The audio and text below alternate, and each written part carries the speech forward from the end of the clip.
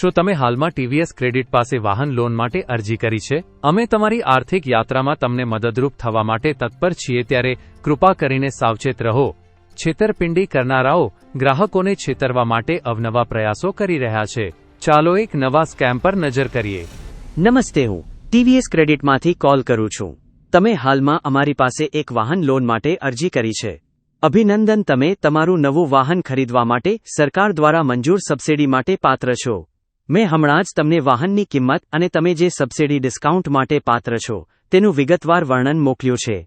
જો તમે આ મર્યાદિત સમયની સબસિડી ઓફરનો લાભ લેવા માંગતા હો તો તમારે અમે જે યુપીઆઈ આઈડી શેર કરીએ છીએ તેના દ્વારા આ ડીલરના એકાઉન્ટમાં વાહનની વિશેષ ડિસ્કાઉન્ટવાળી કિંમત ટ્રાન્સફર કરવાની રહેશે.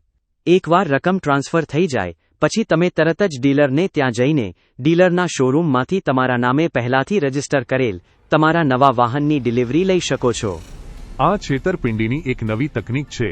યાદ રાખજો, -TVS ક્રેડિટ ક્યારેય સરકારની અથવા થર્ડ પાર્ટીની સબસિડી ઓફર કરવા માટે કોલ કરતી નથી. છેતરપિંડી કરનારાઓ અધિકૃત જણાતા નામોનો ઉપયોગ કરે છે અને ક્યારેક વાસ્તવિક ડીલરશીપના નામોનો ઉપયોગ કરે છે, જેથી ગ્રાહકોને વિશ્વાસ અપાવી શકાય કે તેમને નવા વાહન પર સબસિડી અથવા ડિસ્કાઉન્ટ મળશે. તેઓ નવા વાહનો અથવા હમણાં જ લોન્ચ થયેલા ઇલેક્ટ્રિક વાહનો પર ડિસ્કાઉન્ટ માટે ગ્રાહકોની ઉત્સુકતાનો ગેરલાભ ઉઠાવે છે.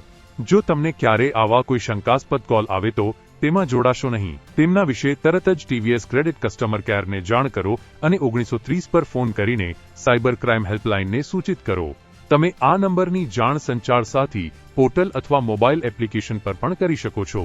ઝડપથી જાણ કરીને તમે માત્ર પોતાને જ સુરક્ષિત કરતા નથી, પરંતુ છેતરપિંડી કરનારાઓ સામે તાત્કાલિક કાર્યવાહી થવાની સંભાવના પણ વધારી શકો છો. ટીવીએસ ક્રેડિટ ખાતે તમારી નાણાકીય સુરક્ષા અમારી સર્વોચ્ચ પ્રાથમિકતા છે. સાવચેત રહો, તમારા મહેનતથી કમાયેલા પૈસાને સુરક્ષિત રાખો અને યાદ રાખજો, છેતરપિંડી કરનારાઓ ચેડા કરે છે પણ સતર્કતા જીતે છે.